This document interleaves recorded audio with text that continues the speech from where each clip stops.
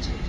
तर भगवद्गीता सुरू कुठे होते तर जेव्हा अर्जुन श्रीकृष्णाला विनंती करतो, सेनयोरु भयोर्मध्ये रथम स्थापय मेच्युत.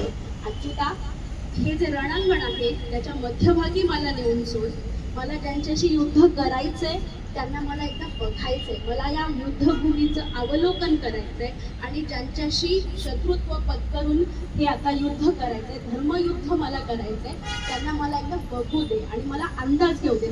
खऱ्या क्षत्रियाचं हे लक्षण आहे की माझा शत्रू कोण हे मला कळलं पाहिजे. आणि म्हणून अर्जुनानं जो सुरुवातीला निर्णय घेतला की मला ज्यांच्याशी धर्मयुद्ध करायचंय ते लोक मला कळले पाहिजेत, माझ्या शत्रूच्या शक्तीचा अंदाज मला आला पाहिजे आणि म्हणून या युद्धभूमीच्या मध्यभागी माझा रथ नेऊन ठेव आणि मला ते अवलोकन करू दे. परंतु हे जे द्वंद्व आहे आणि अर्जुनाच्या विषादाची सुरुवात आहे ती इथंच होते. आणि मला असं वाटतं की आपल्यासारख्या लोकांच्या आयुष्यामध्ये हे धर्मयुद्ध आणि अशा प्रकारचं द्वंद्व